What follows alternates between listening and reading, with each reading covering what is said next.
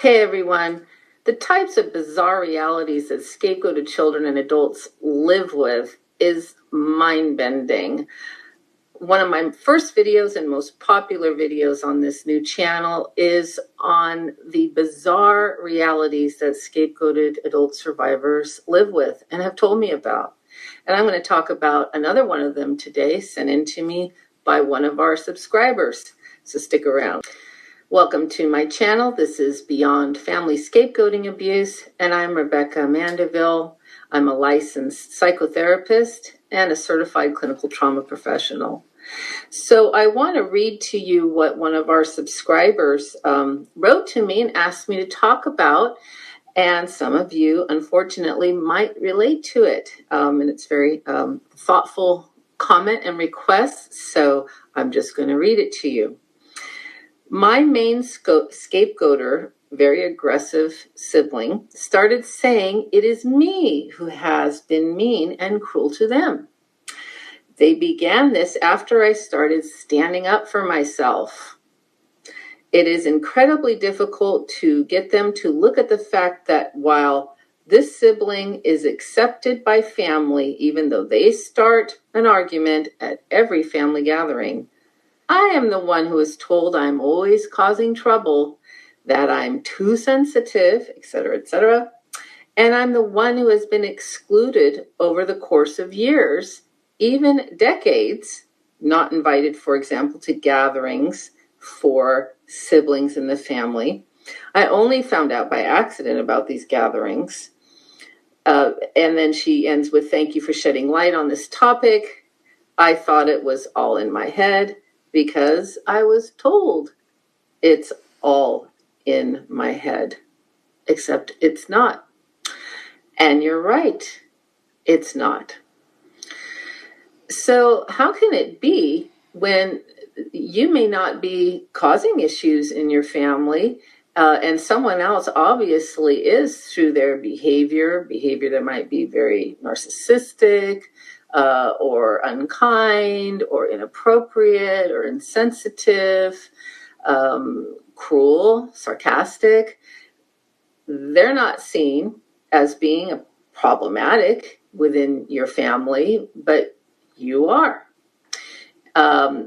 This is really, really common, especially hearing things like, when you're the scapegoat in your family, hearing things like you're too sensitive, as a subscriber mentioned, you're taking things too seriously, you're being dramatic, you misunderstood, you're bringing things up that no one wants to hear about or talk about.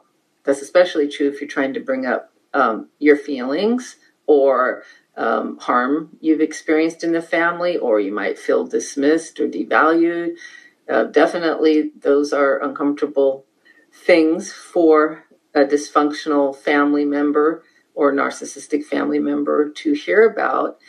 And it can feel extremely confusing, frustrating, and appropriately angering when you're being viewed as the problem in the family, when there's obviously someone else whose behavior is far more problematic, or should be.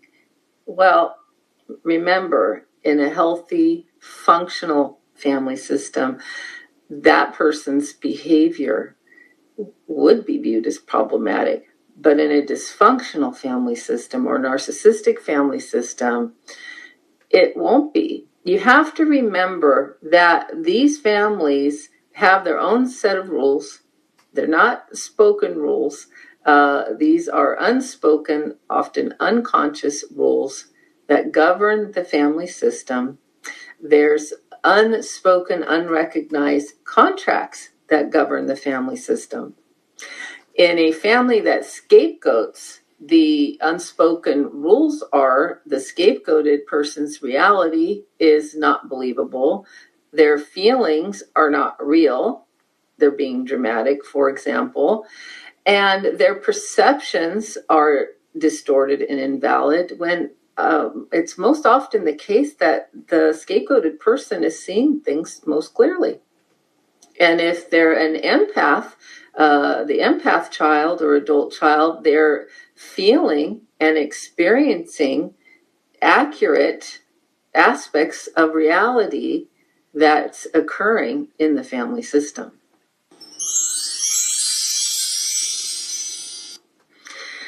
A story I like to share to illustrate what I'm talking about is the story of the Emperor Has No Clothes.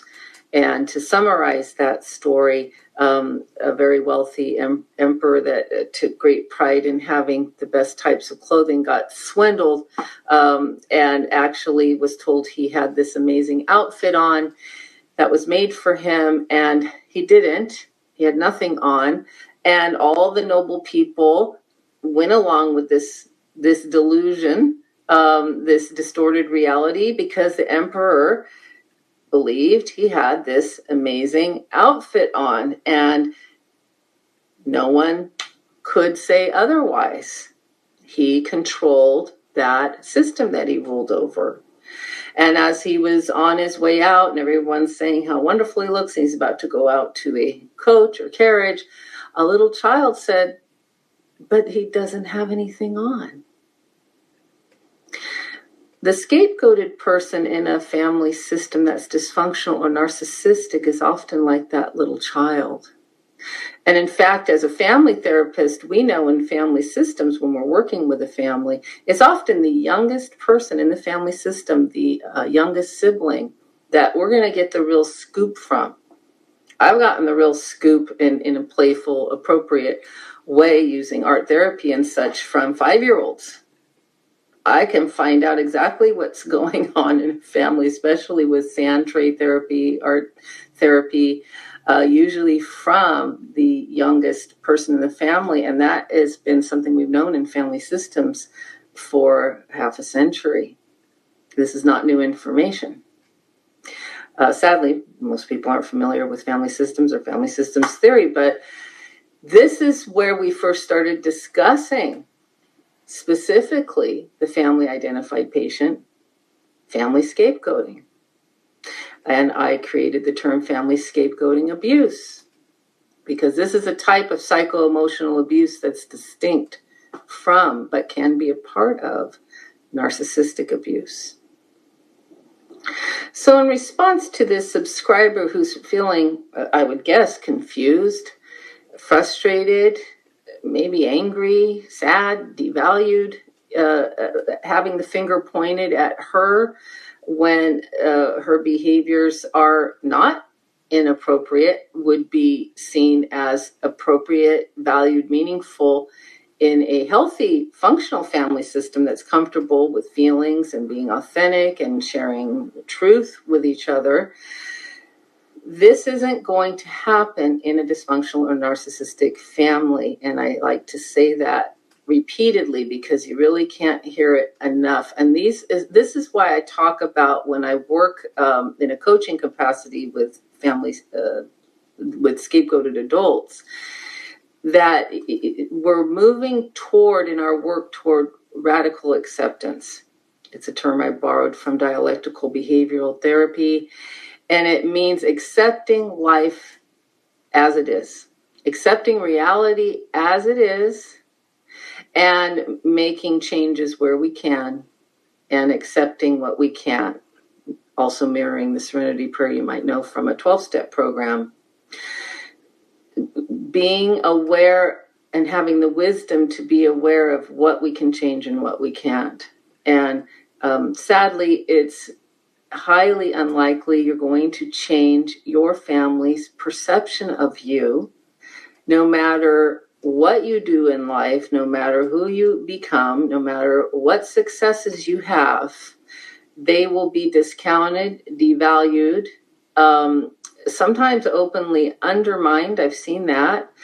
And it will be very threatening to these types of families. In fact, if you do become successful, because you're supposed to be the family screw up, so to speak. And in such families, this is why the scapegoated person often will either slowly drift away as they get healthier, because it's so painful and uncomfortable to be cast in that role again and again and again with every family event or interaction, or they will flat out end contact because they don't want to deal with it anymore. They don't want to be a healthy, functioning, authentic person out in the world and then go back into that family system and feel like dirt, to feel like they're nothing. And not only nothing, but they're viewed in such twisted and distorted ways. It's like you couldn't take enough showers to wash all of that projection energy off of you, that negative projection of the shadow, the